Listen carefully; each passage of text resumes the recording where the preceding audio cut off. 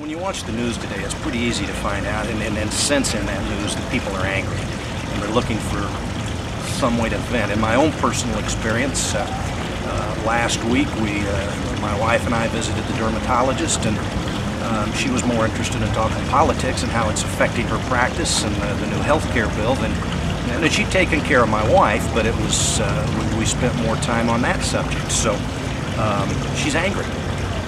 She's upset, and she doesn't feel like Washington's doing the job they need to as far as medical practices around the country. We left with her email.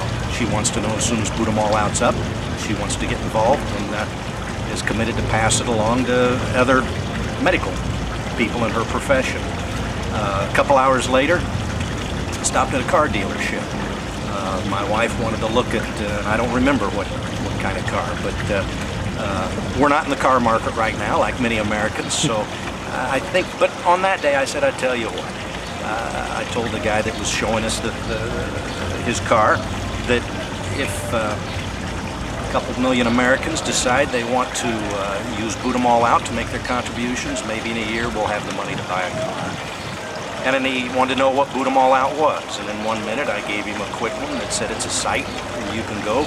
You could take $25, spread it to 5 different candidates that you either want to keep in because they're doing a good job or you want to get out because you don't like what they're doing. He pulled $5 out of his pocket, told him we don't take cash, it'll all be handled through credit card or debit cards when the site's up the first week of July. But he provided his email and said, I want to donate, get me your information. In both cases, these folks were angry.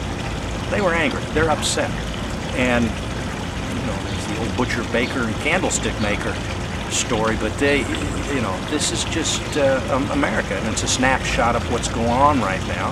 And when Washington doesn't listen, people get angry.